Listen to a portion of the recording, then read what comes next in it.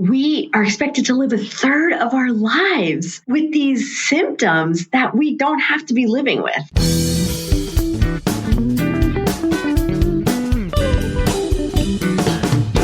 On 2.5 Chicks this week, we are talking about a topic that affects the female population, menopause.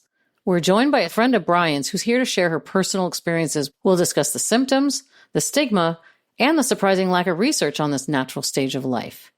So if you're a woman going through menopause, or you love a person who is, this episode is for you. All right, welcome back to 2.5 Chicks. It's me, Tess, and Monica, and Brian. Hi. Hello. Today we have a guest with us, and I'm going to turn it over to Brian to introduce T. All right. So T is a friend of mine from back in the day, probably as early as the 70s. We went to the same grade school together and had lots of memories together throughout the years. We had a conversation the other day, and she knows how open I am as being a half chick, as everybody states, right? She sent me this podcast, Mel Robbins, and said, you got to listen to this. And I listened to it because I'm a good listener and I will do what I'm told when a woman tells me to do it. You do your homework. I did my homework, and this topic was very interesting. Didn't matter whether you were a guy or a girl. And Totally. It's about menopause. And Eye-opening. It's an eye-opening thing on menopause, which is true, which is ironic because when I was listening to it, what I was thinking the whole time was, I have menopause. Because all the stuff that they talked about was the exact same stuff I'm going through, except the spotting and lack of period.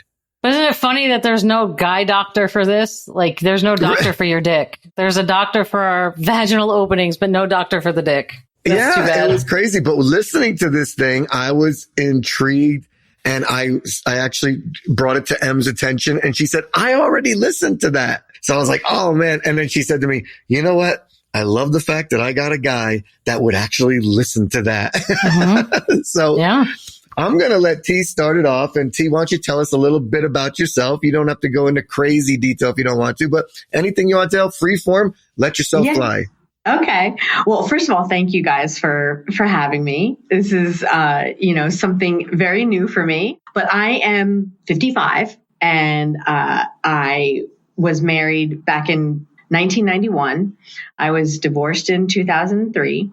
And then I was in, a long-term, long-distance relationship, and that ended. I'm in a very now new, healthy relationship for about 8 years now, and not married still. But started long distance. Started long distance. That right? is true. That is true. And T likes to keep her men at a distance. Yeah. Yes. The funny thing, though, I will say, I did go to the prom with my partner as a friend our senior year, and then we kind of reconnected later in life, and it's all good. But you get into these new relationships. This is now 8 years. I'm that much older. Things change, feelings change, and bodies change. Let's get into that change, T. When did you notice? When did it first rear its head? Well, so I actually, I don't even know if you know this, but I actually had a partial hysterectomy back in 2008. I was having abnormal pap smears, and, then you got to, I'm sure Monica and Tess, you may know, like, you have to go for the colposcopy, you have to, they have to check it, and it's uncomfortable, but it's kind of like this vicious cycle. And so, the doctor, I went to this GYN oncologist specialist because these were kind of abnormal cells. And she said, look, if you're not going to have any more kids, we could do a partial hysterectomy. So I was like, do it, because I don't want to have this done anymore. So actually, it kind of reared its head a way back. Now, I didn't get thrown into menopause because I still had my ovaries, but, probably things changed a little bit. But when I really think I started to notice things was probably about maybe 48, 49. Sleeping was almost my first initial problem. Like, you were tired all the time? No, I couldn't sleep. Couldn't sleep. Okay. I couldn't sleep. And then, real quick for our like 2 male listeners out there, what exactly is a partial hysterectomy? I had my cervix removed. Okay. So for our 2 male listeners, what's a cervix? I'm just kidding. I'm kidding. Yeah, if you don't know this by now, reproductive plumbing. That's all they need to know. It's part of the And so, is that the thing that hides the clitoris? No, much deeper. It's a thing you don't want to get bashed when you're with a big dick. That's the cervix. Yeah. Oh. But I will say that I did ask the questions of like, is this going to change my, sensitivity, anything like that? And, the answer was no. And that was very true. Nothing changed. Normal, all that. But I will say that now at 55, things are changing in that aspect of like comfort, maybe uncomfort feelings at times. What do you mean comfort? Like is this like she's talking about sexually, or is this talking about? That's what I was talking about. Okay. Because on that podcast that Mel was talking about, they also talked about just doing regular exercise, like hiking and stuff like that, was causing friction. Yeah. Yes. I don't know. I guess I'm going all over the place and I'm not really sure probably the right process, but just There's feeling no right process. Yeah. Okay. All right. Thanks, Tess.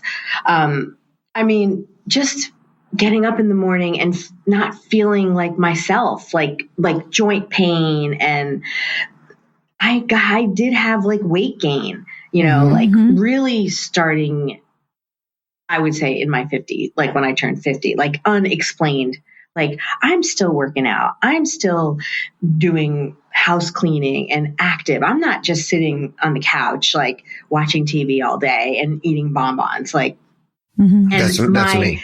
Yeah. my shape really changed. And that's when I was really thinking, okay, I'm like menopause is really hitting me hard right now. Like I'm facing. But this is before you even knew what menopause technically was, according to this, right? Well, every woman knows you're going to hit a life change, right? Right. Yeah. Yes. I mean, I knew I was hitting a life change.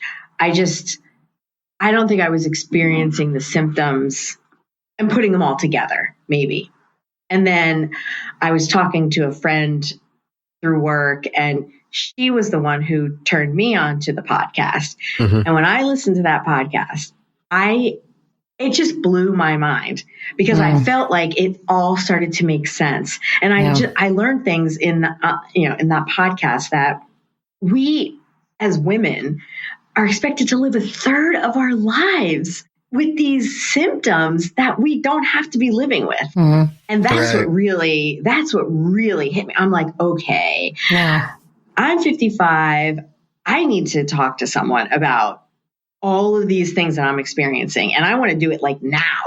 What blew my mind was that it starts 7 to 10 years before you get postmenopausal. I'm like, I was questioning where I was in the process, but I think I've been in it for a while, like hearing that, And that is the difference between perimenopause and then postmenopausal, which I didn't realize that either. I actually shared that podcast with my daughter, who is 31, and my niece, same age, because I don't think women really understand at that age it's even possible to be like, I'm talking mental health, like they, how she was saying, in that month of your cycle, like you're fine these 2 weeks, and then these last 2 weeks when the estrogen drops, like you can face, feeling of like some depression, just the fogginess, all that stuff. Like, I think that some people may be being treated for the wrong things at times. I'm not a doctor, but I'm just having that feeling like, you're maybe anxious, like all these, sleep. I know my daughter has some of the symptoms, and that's why I wanted her to listen to it as well, because I'm like, maybe you don't. She's a little too young for that. No, I don't think that she's in, but I do think she needs to be aware of what's coming. That's fair. Yeah. Well, the doctor did say something about a syndrome called a senile vagina, which I thought was pretty funny. I'm sorry. Those are horrible terms they gave it. Right? But I have to say, but technically, right, it was making your vagina was making you forget you were a woman and that you were going to have some issues coming down the road. And then she said that, these women live with this, they live 10 years longer than men, but 20% of those years are spent in this discomfort and with some kind of issue, right? So it started making me think, wow, you guys live 10 years longer than us. And for 20% of that, you guys are like in pain and suffering, and we die 10 years earlier and we still have pain and suffering. We're in pain and suffering from the minute we hit puberty. Right. I literally did not realize that estrogen is so important to every part of our body. Like, I just really didn't realize that. Like, every organ, your brain, your digestion, like everything. And like we stopped producing it, that kind of blew my mind too when I heard it too. The fact that I just said to Brian, like, I feel like if more men were educated on what women go through, it may be way more fun to get creative and like talk about it and just understand. Yeah, that's true. It's very true. Right. And I don't really think a lot of men do. And I am proud to say that my partner did start listening to this. And I think he's 3/4 of the, 3/4 of the way through. So when did you give it to him? 6 months ago? Hold on. I want to give Monica a chance to jump in because she hasn't had a chance to jump in at all. So, oh geez, I forgot what I was going to say all that time. Sorry. See, that's part of menopause, fogginess. See, you're going through it. When she first started talking about discomfort, you were going to jump in then. Yeah, I have the pain. I definitely have the pain. What I was also going to say is when you said about your partner, that's great because I know that there are partners out there that will be like, oh, that's just bullshit.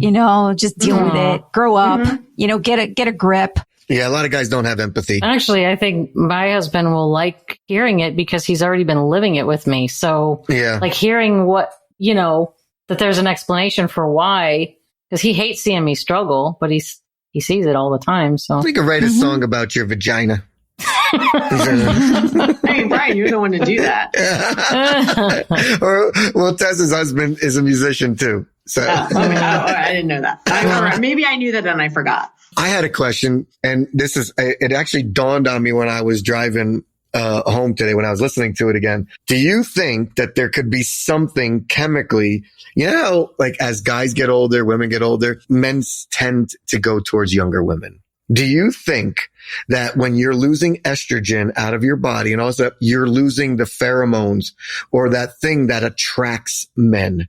Is that a possibility? So. I think so. I think the pheromones have to do with the moisture that your vagina produces, right? Like the moisture in your vagina. And so I don't know shit about shit. Okay, guys, so I'm just saying what I think. I think that when a woman isn't as moist, she doesn't have that same smell, and the pheromones are in the smell, right? I don't know. Is that true? Does it come out of your armpits? Does it come out of your eyes? We need to fact check this. I don't know, Monica. I don't know. Let me see.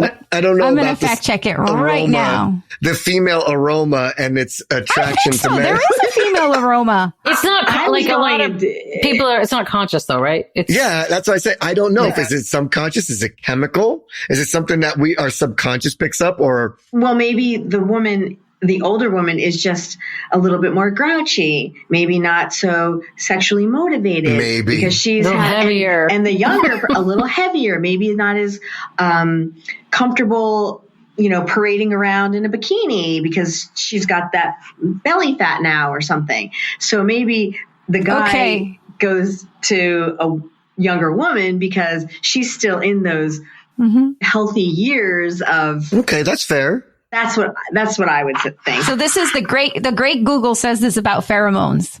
Receptor of pheromones are as well modulated by sexual hormones, and their concentration in nasal and oral mucosa decreases with age, with a specific loss during and after the menopause. Oh, well. Okay, so we lose everything after menopause. Yeah, right. There may as well be pheromones too.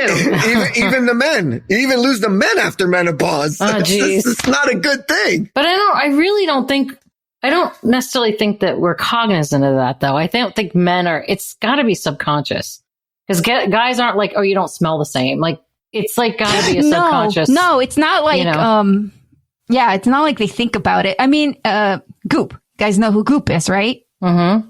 She has developed. That's Gwyneth Paltrow. Yeah, her company. Oh, yeah. She has developed a candle that smells like a vagina. What? Whose vagina? A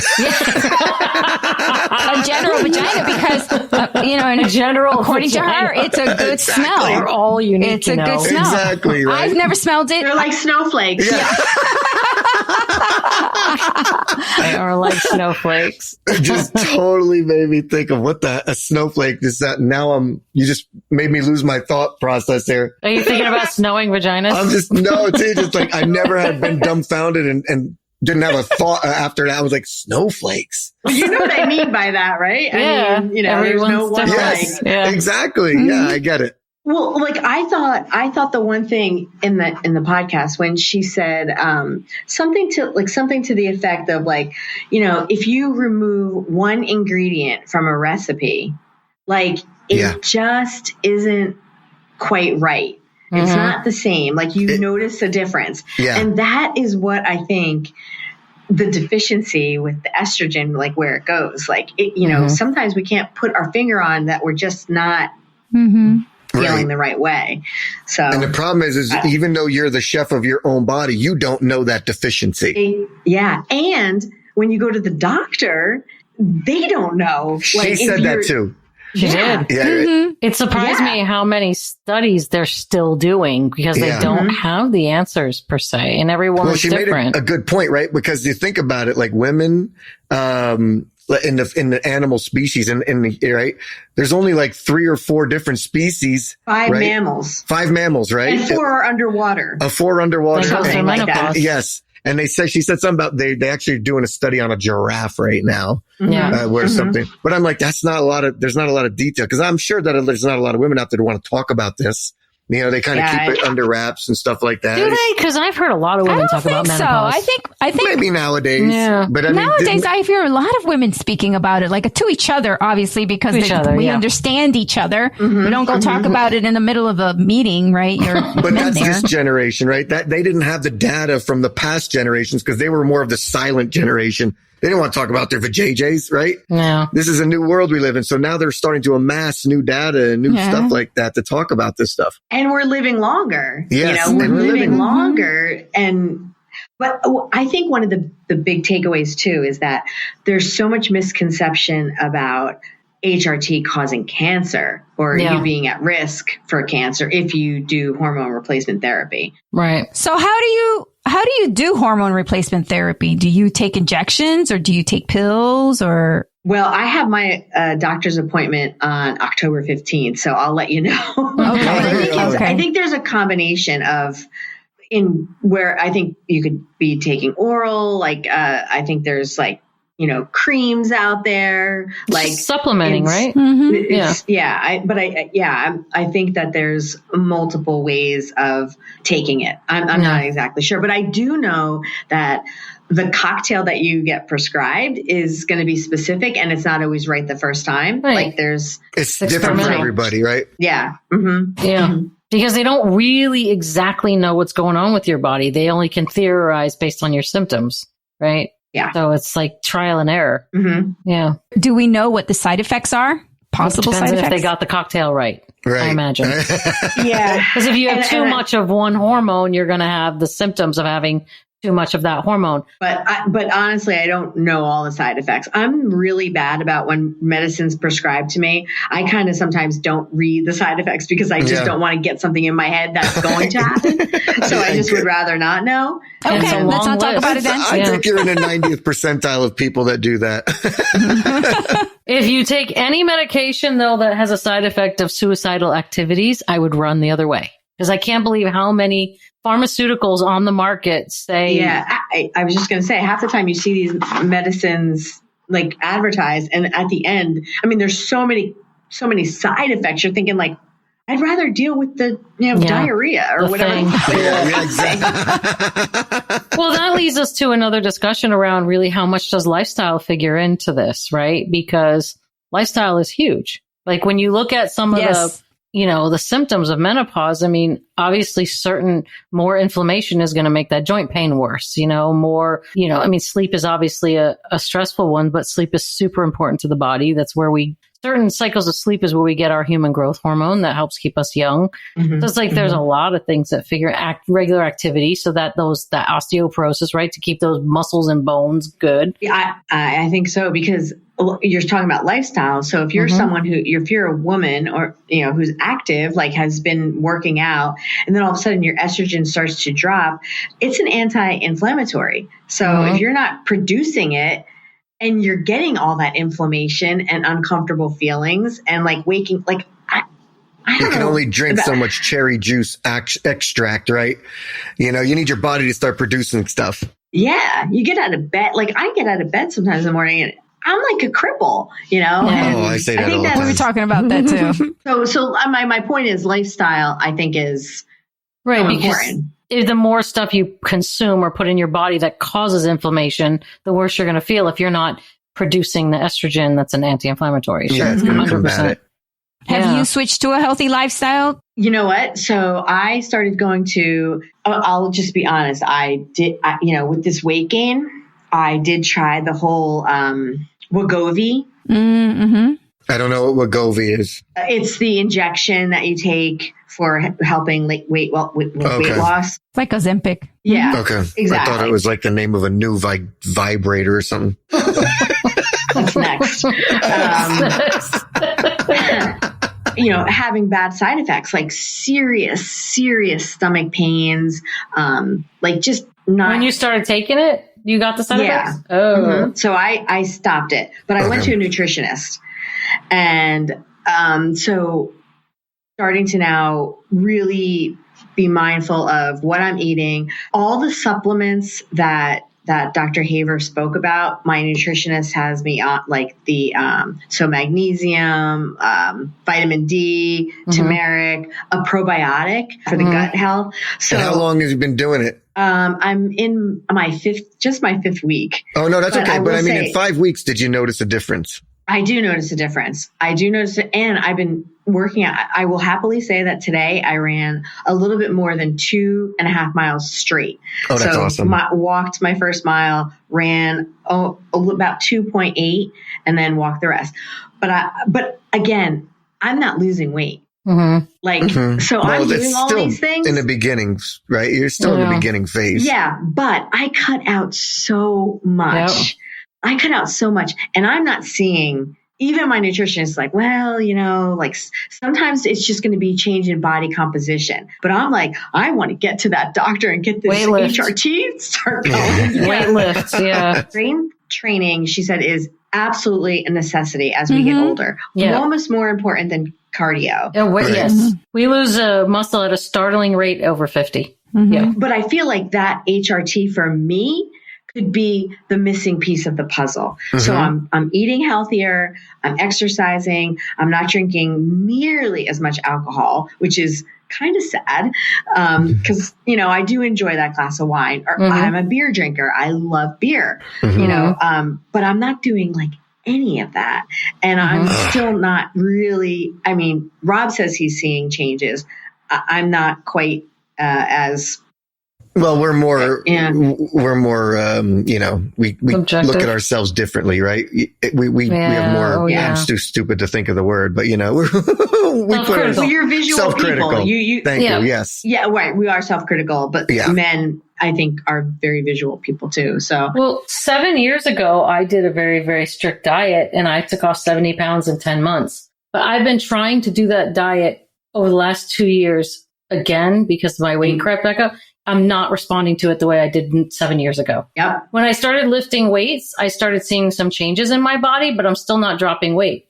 So again, it's very real, because when I did this diet, it was like magic. I found what worked for me. Yeah. And I believe me, if I was doing what I'm doing right now, when I was even 40, I would have seen a very noticeable change. And I am not. And I just think it's all has to do with maybe your partner is seeing a change in you in other ways too, like maybe mentally, maybe, your skin clearing up, maybe not that you have bad skin, but I'm saying maybe he's just noticing other stuff. Well, you definitely get benefits when you're eating healthy, no matter whether you're losing weight or not. I mean, you feel better. A lot of bloat goes away. Like I feel less bloated, even though I still have a stomach. Even if you're not losing the weight, your health is better. Your cholesterol is better. Your blood pressure is going to be better. Mm-hmm. Like everything's going to be better. And that's kind of the conversation I'm having with myself. I'm like, I'm healthy.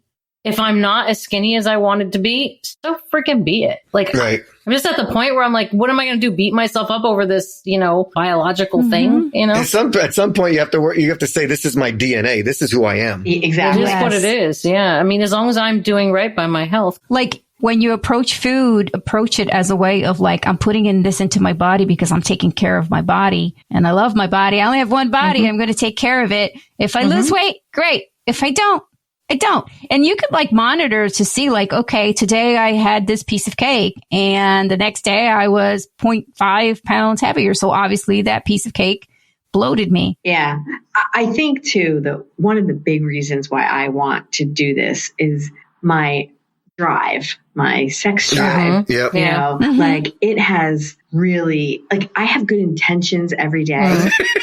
Because mentally you're still into it. Mentally I am, but physically yes. Yeah, T and I have had this conversation before and it's just like, sure. Yeah. It's tough sometimes, yeah. But like I'm fighting against that. Like mentally I'm fighting against that so hard because I don't want to give in. We're all fighting against this every single day. It's sometimes but I think, like I said, joking aside, I think I'm going through this change as well. I'm losing testosterone. Well, you are half a chick, Brian, so you had some estrogen in you. And now this is just, I'm crying about everything now. Now it's ridiculous, right? So, well, talking about men and the testosterone. So I'm in Florida and I think people, just because it's warm weather all year long, like I do think people work out more, are a little bit more conscious, but I have seen some men like on the beach, wherever, with the shirt off. And I'm like, what is wrong with that guy? And Rob's like, he's on testosterone. And sometimes it just doesn't look right. It doesn't look right. Yeah. Like really weird. Like their chests are like it doesn't look normal. I've known people who are on testosterone and it makes them angrier. It makes them more aggressive. Oh, yeah. They didn't get the formula right. And they start growing hair where they never had hair before, which Brian said not happening for him. Not happening. I'm going down with the ship. Like they'll have like let's say they had their whole lives a bare back. All of a sudden they start taking testosterone and their backs get hairy. Well, again, it's about getting the formula right. They might, like if you got to know how much to take. But you have to take it for a while. And by then it's too late. And if you're working out, apparently like if you stop taking it, and I haven't done research on it, but like you lose it fast. Mm-hmm. So as a man, I think that's probably a fear. Like if they start and they're looking really good and then all of a sudden they are like, I got to stop. That's correct. They lose it fast. I know somebody who did that too. And within like less than a week, it was like drastic and he went into like a depression. Yeah. Because testosterone helps them keep them perked up. But the lack of it all of a sudden drops them into like the state where they just lose their motivation. Confidence. Mm-hmm. Yeah. I wasn't taking hormones or testosterone, but like I'm feeling all of those symptoms you're talking about. I get depressed. My neck and shoulder, my cramping, everything hurts. I'm tired all the time. Yeah. And I'm not eating like the best, but I'm not eating horribly. But like, I'm just like, I get, bed and I'm like, wide awake? Like, no, like, I just don't want to do anything. And she comes in like, here I come. You ready? And I'm like, yeah, not tonight. And I'm not doing anything for her self-esteem. Right. You know what I mean? Well, it's like, and then you start to question like, wait, what's wrong with me? Yes, I know what's wrong with me. I know it's physically me. And then, you're right. You're talking about from her perspective. Yes. Yes, 100%. From her perspective. And I try to tell her, it's not you. This is him. It's nothing to do with me. It's him. He's not working with me anymore. And then she's like, well, what can I do about him? Exactly. All the time. What can I do that's different, Yeah. But I mean, I guess like as a guy, what do you know what your testosterone level is? Like, have you had blood work done? Are you curious to know? Like, right? Like, would you be curious to know if you're But here's the thing. I would be curious, but then I think to myself, what am I going to do about it anyway? I'm not going to go take those pills, and I'm not going to go take that. You know what I mean? I'm not going to change this cycle. If it was the right amount, though. There's testosterone, like there's vitamins and stuff that aren't as bad as taking actual hormones. There's also topical testosterone, I heard. Can you use it like that? I guess that was not a good. It's not a lubricant. No. That would help him. I gotta see if this is working. You give it to M and have her apply it. I've heard there are topical creams for it. It's not strong. It's more fast. You go through it fast, but there is a cream for it. Well, there's estrogen in a cream that you insert to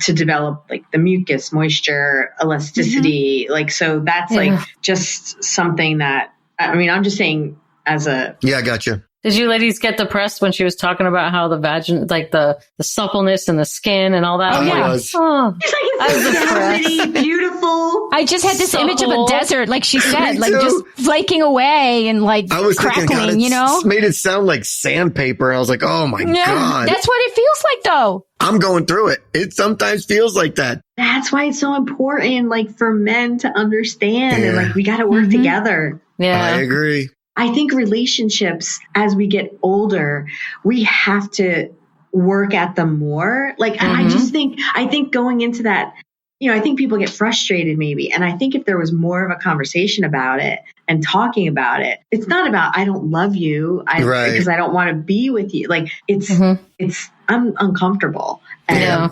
then like maybe help that person understand and go to the right doctor. Like, I don't know. Yeah, not get the whole, we'll just lube it up. Let's go. Right. You don't want to hear that. Right. Who wants to hear that? Right. The word Brian used before, we have to be empathetic to each other.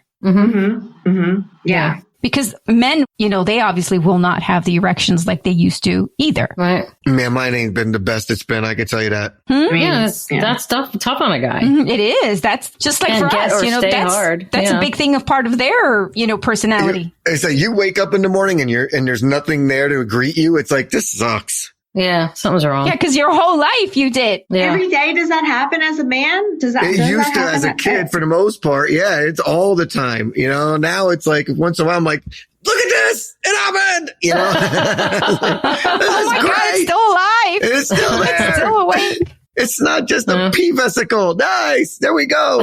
And not that like I'm using it or anything, but. Not to digress here, but the one other thing that really jumped out at me in that podcast was at the age of 30, you have lost 90%. Was that? Your eggs. Like, I didn't get that math because if you start with over 1 million eggs and you start ovulating at 12 and you become 30, how many eggs are you shedding and how? Because I was like, when I heard that, I'm like, that math just doesn't work out for me. Yeah, because I thought it was only one per cycle. That's what I thought. That's what health class taught me as a kid. 10% of eggs are left. And then at 40, 3%. Yeah. But that's what I'm saying. Like, how is that possible if you start with 1 million? How are we dropping these? Are these eggs just dying off? Because we would be risking multiples every month that we had unprotected sex if we were like dropping that many eggs. So like that kind of blew my mind a little bit.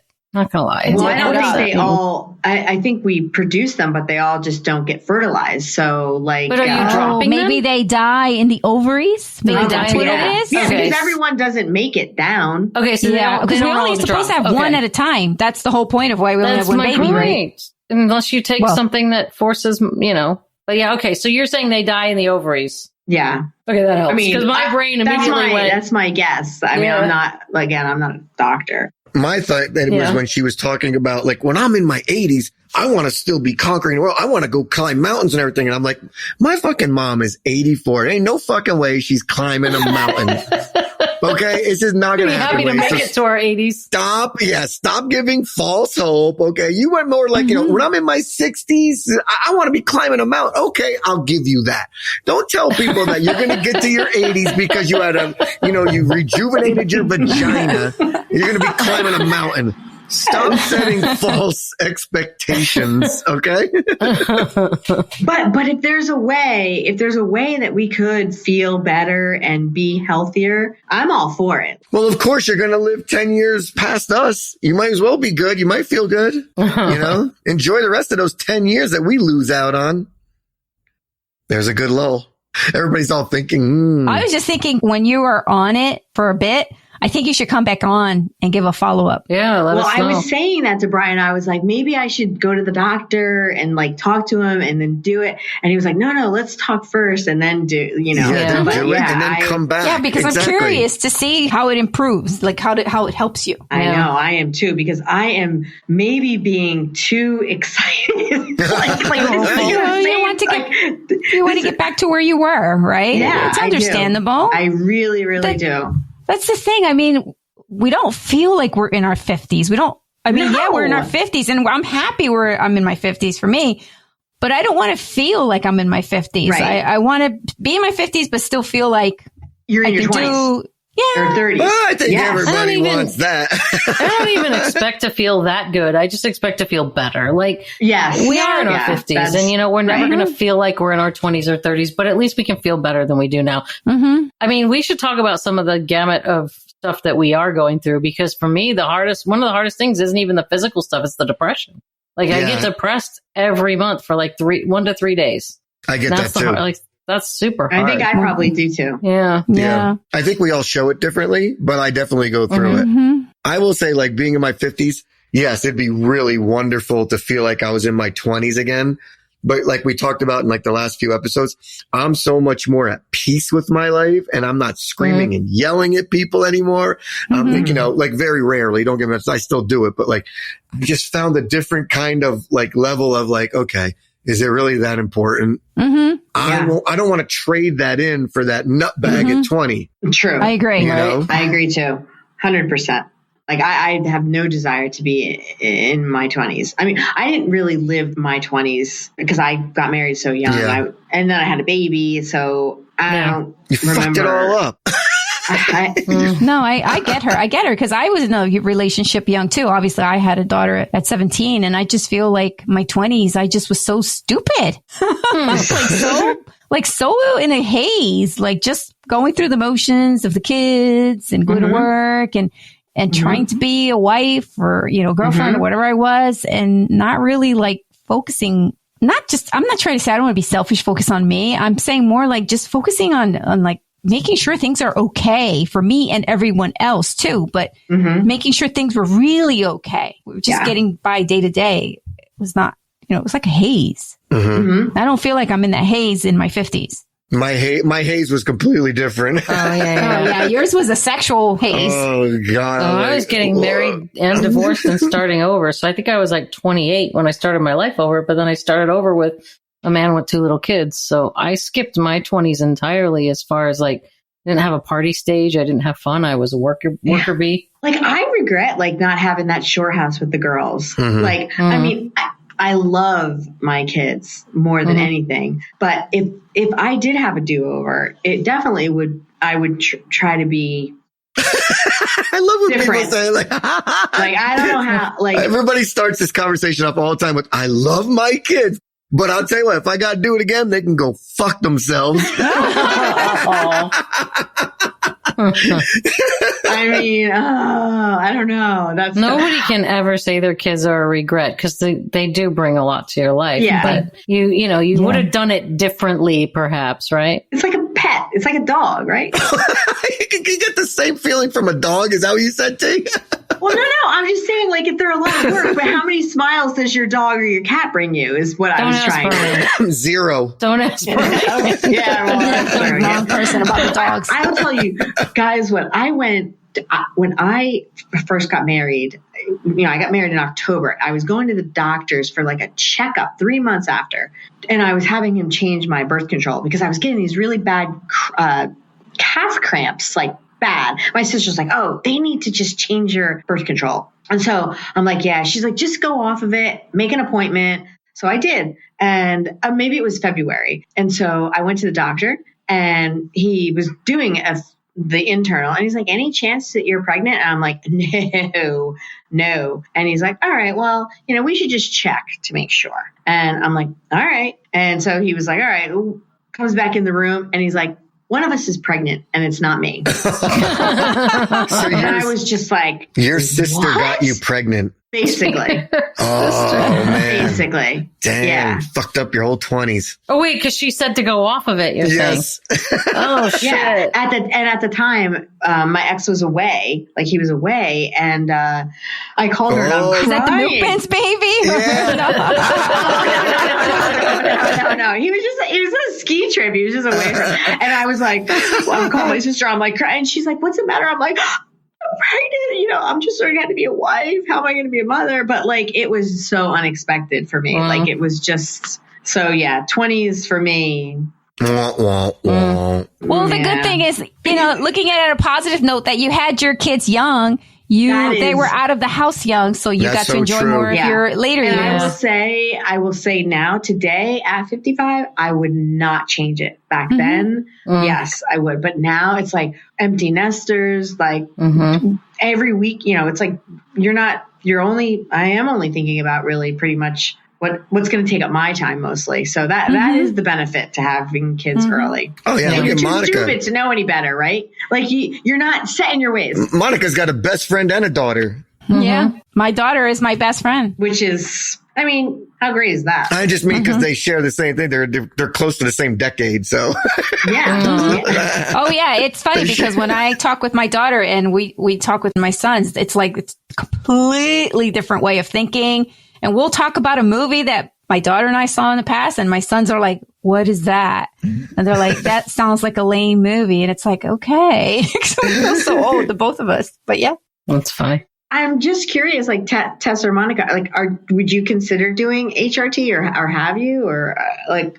I have not, but after listening to the podcast today, it makes me less afraid of it. Because I had, like you mentioned earlier, there is this real stigma around it. Like, so I thought it was like bad for you and you shouldn't mess with your hormones. That's why it's going to cause cancer. Yeah. And I'm a big proponent of like lifestyle first. Like because when I did do that diet Which 7 years ago when I lost, when I did do that diet 7 years ago and I made all those changes, my hormones, my cycles, everything worked like a well-oiled machine. I'm still like a big proponent of trying lifestyle changes first and then see what happens. But, like I'm not going to like drink a ton of alcohol and eat a ton of sugar and then say I need hormone replacement therapy. Like I'm going to do everything I can first. And then if that doesn't work, then yes, as long as I go to somebody who like really tests the levels and I'm big into the idea of a functional medicine doctor. The problem is they're not covered by insurance, but functional medicine doctors are just so much more thorough than conventional medicine, in my opinion. So I would like to like really do some good, testing before I considered it, but I would. Well, it sounds like you got a guinea pig that's going to jump it off for you. That's why we want to hear from her afterwards to see how it went. Monica, how about you? I've changed my lifestyle, and do I think I'm 100% where I want to be? No, but I am at a place where I'm happy where I got to. So I do feel like my bloating went down, and I do monitor, like if I eat something one day and the next day I'm bloated, I'm like, okay, that causes bloating. So I'm going to stay away from that going forward, or I'm going to eat like very sparingly. Yeah. You're right about the strength exercises. When I do strength exercises, I can see a complete difference in how my body reacts and goes down in bloating, actually, for me to do exercise more than my cardio. And I feel like keeping healthy and getting like the results that I got, it's 80% diet and 20% exercise. Yeah. And it's just trying to stay calm as well. And the sleep is probably the hardest one for me because I have problems waking up in the middle of the night and not going back to sleep. Well, that's why I started taking Ambien, and I want to get off that shit. Yeah. So I'm really hoping that. Yeah. But I will say, I do want to leave you with something. So with my nutritionist said to me that she's like, she's like, it's not a dream body if it's a nightmare to maintain. That's a good awesome. And I really that's love a good that. Quote. Like, I identify with that. Really good quote, right? And so I was telling him that, and he's like, it's more like the opposite. A dream body is a nightmare to maintain. Oh, that's a good point too. Yeah. They both work. It is really true. Like if you just everything has to be in moderation. You can't cut out everything. Like you can't. We have to live. You have to enjoy your life. Well, I just want to say thanks, T, for coming on and sharing your vaginal adventure. It was great. This is wonderful. And we can't wait to hear more about the glory of your flower. H.R.T. And see how it turns out. Yes. For the record, I think she talked more about menopause than her vaginal. I just associate them all together, right? Thanks, Monica. Thank you for sticking up for me. That's right. But we also want to know if this change also brings apart change in your partner as well. If you notice a difference, because this would be good for all men to know. It truly. I'm really feeling passionate about that. Like really, honestly. I gotta say, like for everything that I'm going through, like my husband and I have bad nights, like where one or both of us is dealing with our age, but then we also have really good nights, and that's an uplifting thing. It's not like always bad or always not, like there's not always an impact. And then sometimes it's like really, really good. And that's the part that keeps like, we're mentally engaged. We want to still have an active life. So that's the positive for us is it's not like we're not giving up, not by any stretch of the imagination. So fight the good fight. I am. Even if I'm not getting laid, I'm angry that I'm not getting laid mentally because I know I'm much a happier person when I am getting laid. So I'm like, I'm not giving up on this because even if my body right now is not as, into it as it might have been, I don't want to give up. I know. I feel the same. Yeah, we don't want to give up either, Tess, but something in my body is like saying, fuck you. You had a good run. I need a break. I'm done. Yeah, I'm done. You've had a better run than the average person. Yeah, I would say. I get that test too. Like the mental part of it is still there. But I think for me, it's like, I just accept it. I'm like, okay. No, I'm much happier when I'm getting laid. I just don't want to give that up. I get that. I don't either yet. I get that. Now you guys are inspiring me again. Get in here, Em. Oh, she's going to run in and jump you. She's going to send us thank you letters. Yeah. Is she going to run in? I'm like, no, I did that for the podcast. That wasn't. Oh my goodness. Well, I really did enjoy this discussion and it was fun. Thank you. We did too. Really happy that you guys invited me. Anytime. I'm glad you finally womaned up and said, I'm doing it. I know. See, it wasn't as scary. You take care, get a good night's sleep. Oh, I have my Ambien right here. Okay. Literally. All right. Thanks, guys. All right. Talk soon. Thank you. Love you.